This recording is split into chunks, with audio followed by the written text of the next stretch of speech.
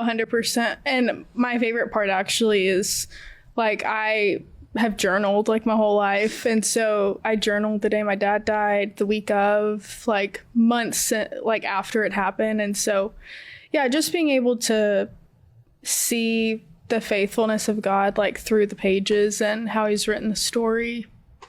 It's powerful. Wow. And now that your daughter is here, what would you say that had to have been healing in its own way? 100%. It had to have been extremely difficult as well. But when your daughter was born, is there something that comes to mind that you think back and you're like, I wish I could have told my 18-year-old self this? I think I remember my 18-year-old self like wondering if I would ever like really get my life back, like get my joy back. I'm not the same Shelby that I was before my dad died. And I think after he died, I just wondered like if I'd ever laugh again, if I'd ever smile, if I'd ever like really feel true joy.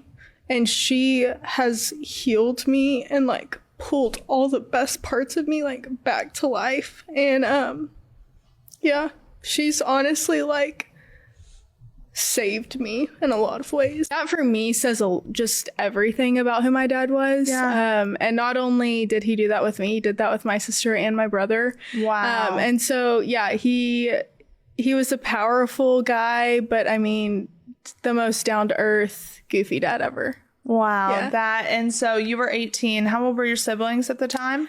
They were, I want to say it was like 14 and 15, 16. Okay. And you just touched on, obviously, your faith. And what would you say your dad taught you about faith? Not by saying it, but by the way that he lived it.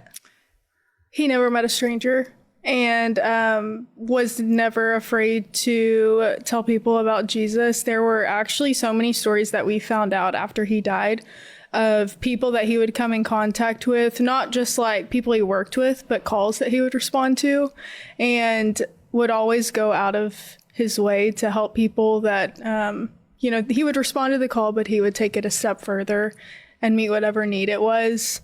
And honestly, just like showed me the heart of Jesus and what it looks like to not only walk with him, but look like him. I grew up in like the best family ever. I tell people all the time I really did have a perfect childhood. I have a younger brother and a younger sister, super close with them. I mean, my parents were amazing. He started being a police officer, I guess it was like the year before I was born. And wow, it's all he ever wanted to do. His dad also died whenever he was younger. And so his dad was a police officer. And so he just knew from the get-go that's what he was called to. And so, I mean, we grew up with him being a police officer, but I mean, outside of work, he was the biggest goofball, like told the worst dad jokes ever, like always had a camera in front of him. Like we would mess with him all the time. Like, Dad, we're not taking a selfie right now in public. Like it was a lot. He was that dad. He was always taking a yeah, picture. it's like, Dad, put it away.